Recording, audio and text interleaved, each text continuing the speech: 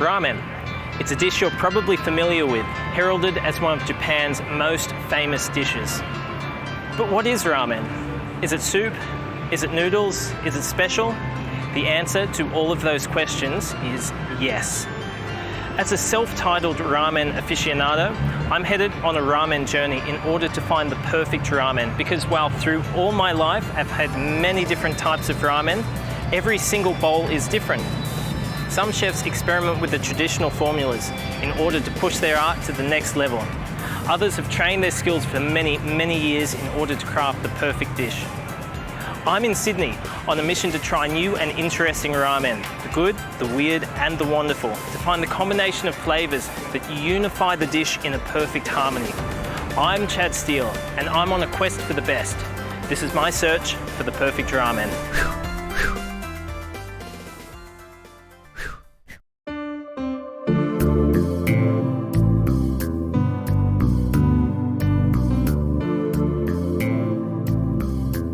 I'm starting my ramen journey here in Haymarket. This is Sydney's Chinatown.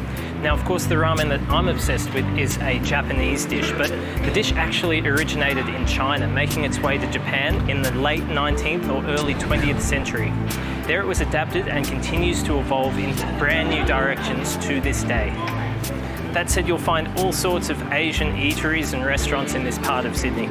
The streets are lined with an assortment of various shops offering up incredible dishes from across all of Asia. And tucked away in the Eating World food court is Gumshara, one of Sydney's most celebrated ramen restaurants. Famous for its thick tonkotsu broth, Gumshara is unassuming but very popular, and for good reason. But before I try one of their famous dishes, I'm catching up with head chef and owner Mori Higashida to learn a little bit more about ramen.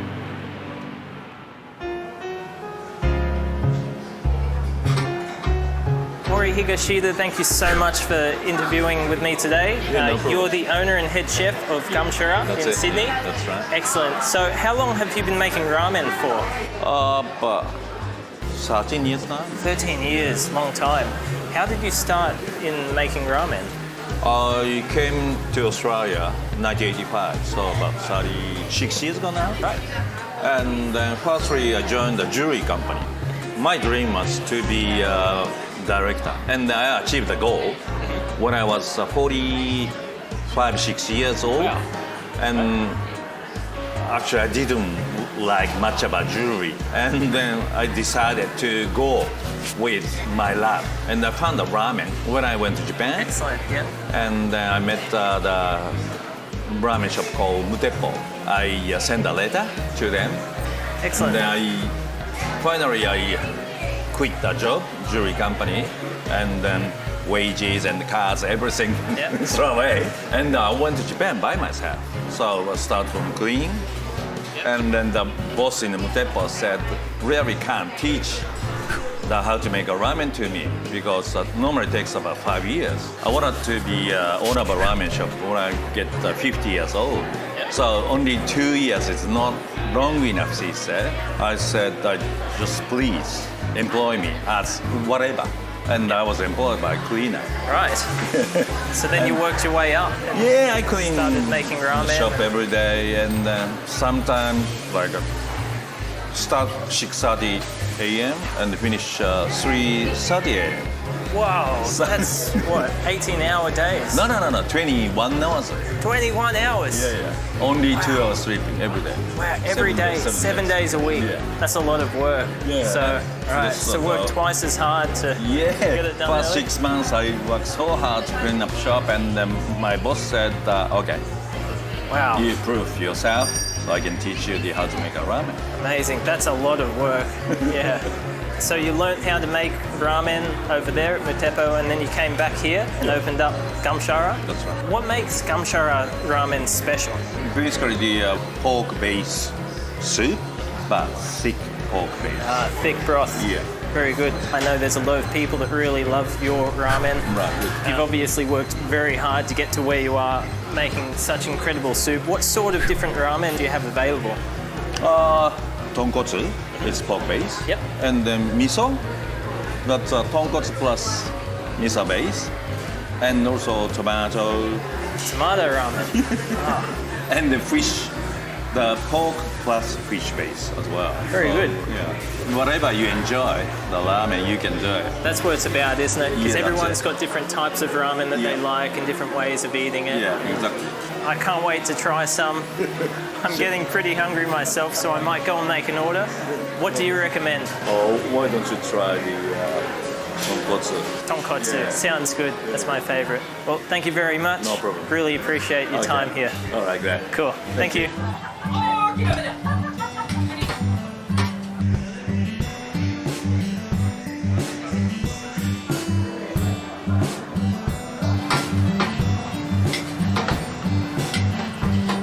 Just talking about ramen really stirred the cravings.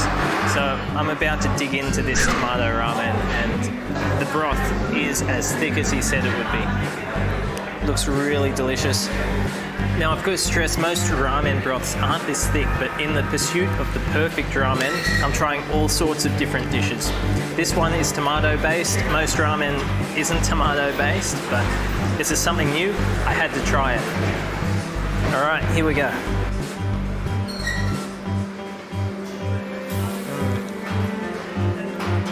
That tomato flavor is super rich, and the pork tonkotsu broth really gives it that rich texture. And of course, below all of it, we've got the ramen noodles.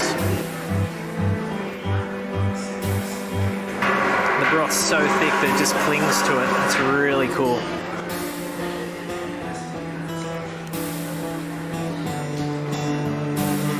Wow. That's delicious, that's amazing.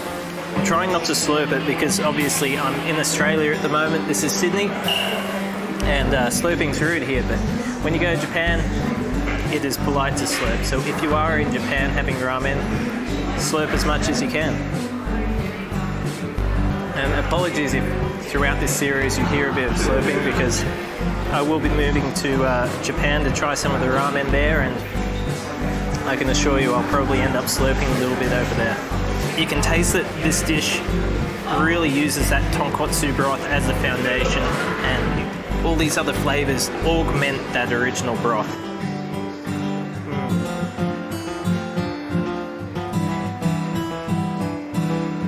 Delicious.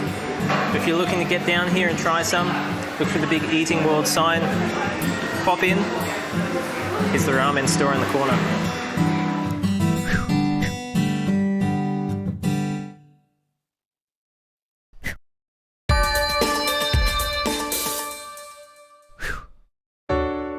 My journey is about ramen, but to truly understand the dish, I must submerge myself in all aspects of Japanese culture. That's why I've come here to Sydney's Regent Place, a bustling arcade that celebrates all things Japan, from the Torii-inspired entrance to Japanese-style vending machines dispensing all sorts of wonderful beverages. All over Japan you'll find all sorts of vending machines, most of them dispersing hot and cold beverages. These two are very similar to the ones in Japan, and they have all sorts of different varieties of drinks. I'm going to try this milk drink today. You can find it here at Regent Place. Let's give it a try.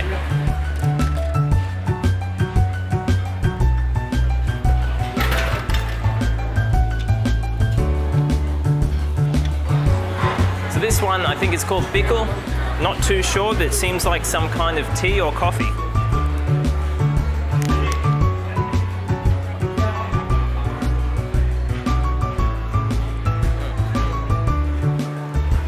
It's a very sweet milk. It's hard to describe because there's not too much like it. Think Yakult or that kind of fermented milk. It's a very tasty drink. You can try it here at Regent Place. The atmosphere at Regent Place is unlike anywhere else in Sydney. It's vibrant, cozy, and like Japan itself, there's something enticing in every direction. From Yakiniku Yokocho, specializing in Japanese barbecue, Uncle Tetsu's offering their famous Japanese cheesecakes, and even Fujimi Doriyaki, serving traditional and not so traditional doriyaki, a kind of Japanese pancake. You'll never go hungry in this part of the city. And a relatively new addition to Regent Place is the wall of gacha machines, showcasing an assortment of prizes from the cute to the bizarre. I'm at the gacha machines. These things are everywhere in Japan, named for the sound they make when you crank the wheel. I'm going to try and win a very special gachapon or gacha prize. These are the sparrows in floaties. A classic, of course, I'm sure.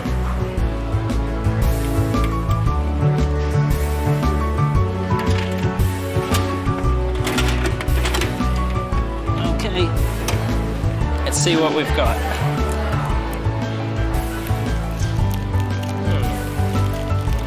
Orange sparrow.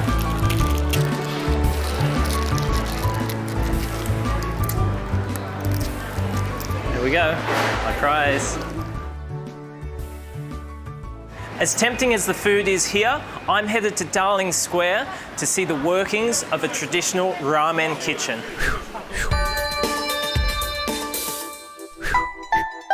Having now tried my first ramen in Sydney, I'm heading to HAKATAMON in Haymarket's newly renovated Darling Square.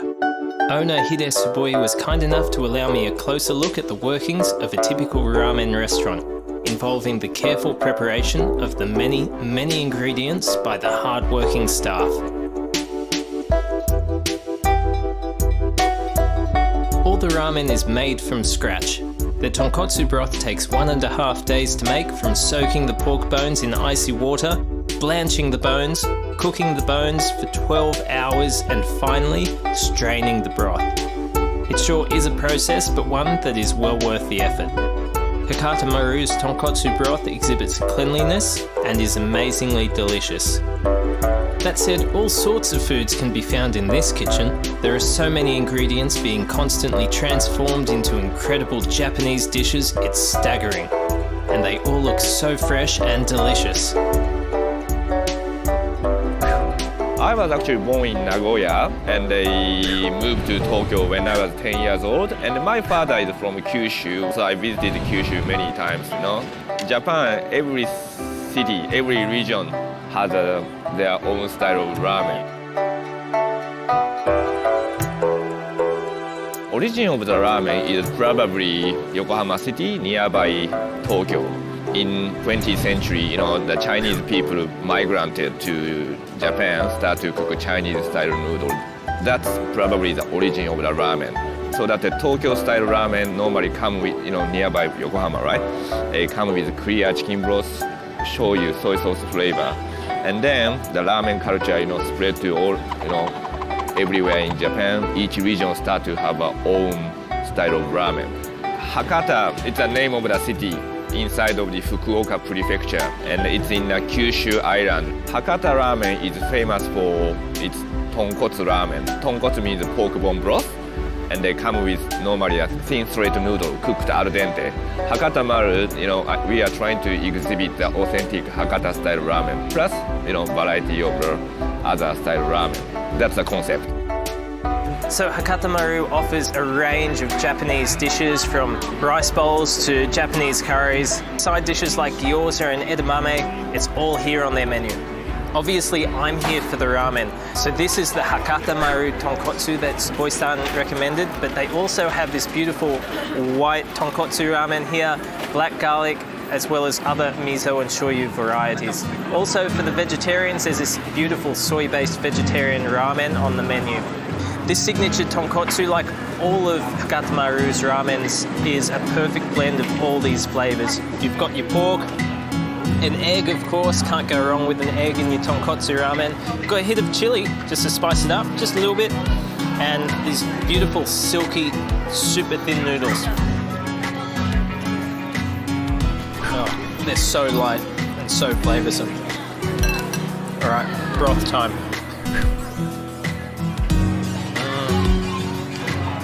Man, this is a really good tonkotsu broth. It's super light, super creamy.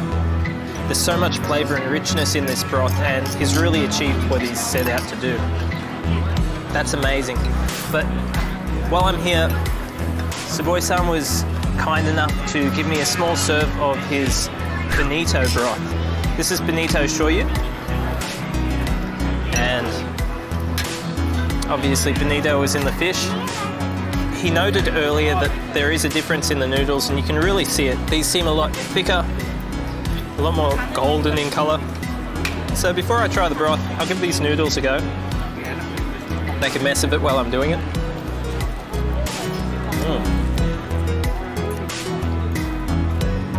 They're still really soft noodles, beautiful, but just a little bit thicker. All right, so time to try this shoyu broth. Whoa, like you can definitely taste the fish in the broth, but it's not overpowering as you might expect. You know, initially you might think that it might be a bad combination, the seafoody taste with pork, but it really does work here in the broth. So I'm going to have another try of this with a dash of pork, chashu. All right.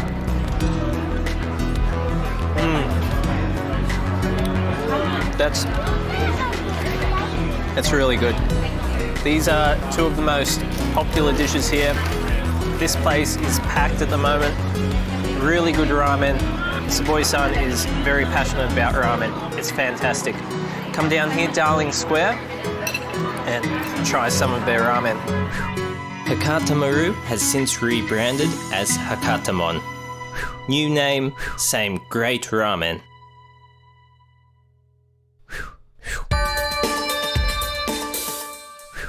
What a day it's been here in Sydney. I've tried some of the best ramen around, but now it's time for me to venture to where it all began. I'm heading to Japan. Next time on Chad Steele's search for the perfect ramen, I explore Tokyo, the capital city of Japan. This is the Shibuya ward of Tokyo. I'm at Tokyo's VR park and try some of the city's strangest ramen. This is chocolate ramen. Interesting. The broth is super blue. I'll catch you next time as I continue my search for the perfect ramen.